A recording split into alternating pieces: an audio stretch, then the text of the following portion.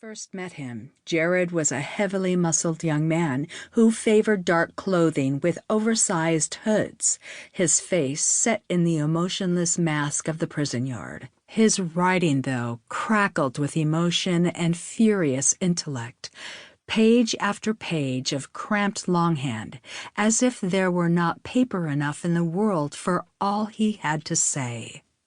While his first text jolted me out of half-sleep into confusion, as the next few came in and I started waking up, I began to catch on. Something had inspired Jared to pick up a thread in a running conversation, neglecting the formality of a transition or hello. Now, the time is at hand and we must do our part. Just don't play with the shit, 'cause I'm serious about it.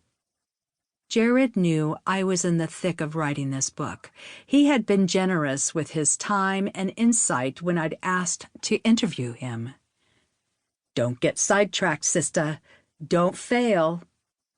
No matter how many years had passed since his incarceration, the urgency had not faded for Jared, nor had the pressure lifted. You keep pushing and pushing until you die. Jared had been in trouble with the law since 4th grade. That was when his mother's addiction finally overwhelmed her capacity to care for him. Cast out on his own, the 9-year-old quickly allied himself with a troop of other children who were living life solo. By day, they ran errands for drug dealers. At night, they pooled their earnings and piled into a shared room in a single-room occupancy hotel in San Francisco's Tenderloin district. Jared was done with all that now, working a steady job, engaged to be married, and a devoted father to his 2 children. He'd been keeping his head up, but he still had 2 strikes on his record under California's notorious 3 strikes law. A single misstep could send him back to prison for good. I trust you, and trust for me is hard. Just write the truth. Jared had struggled in the years since his release.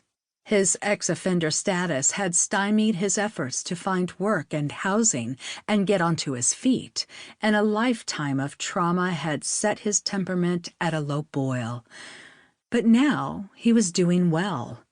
A kid who had lived out his teenage years under the motto, I don't give a fuck. An existential cry I would hear many times as I spoke with others who had been locked up as kids. He had grown into a man with something to live for, people he loved and could count on, who loved and relied on him in turn. Do what's right and got you back, bud. Know that I am living it. Jared was acutely aware of how vulnerable his closest relationships left him. The connections that sustained him held the potential to shatter him should that 3rd strike fall. The intensity of his drive to see genuine transformation in our nation's merciless justice system, to close down the brutal institutions where he had come of age, came from a sense of personal jeopardy as well as collective injustice. He had paid his own debt many times over. The time, as he put it, was at hand. He was ready to be free. Do what's right. Just right now. Right. Introduction. Caging men like animals, then expecting them to become better men, is fallacious. Earl Warren. Curtis had mixed feelings when he learned he was headed for the California Youth Authority, terrified and petrified.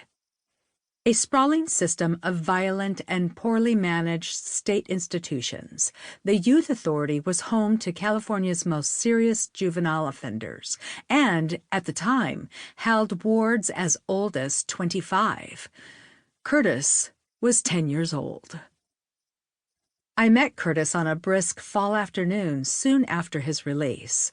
16 by then, he was sitting on a bench in a leafy courtyard outside the restored Victorian that housed the Oakland-based Mentor.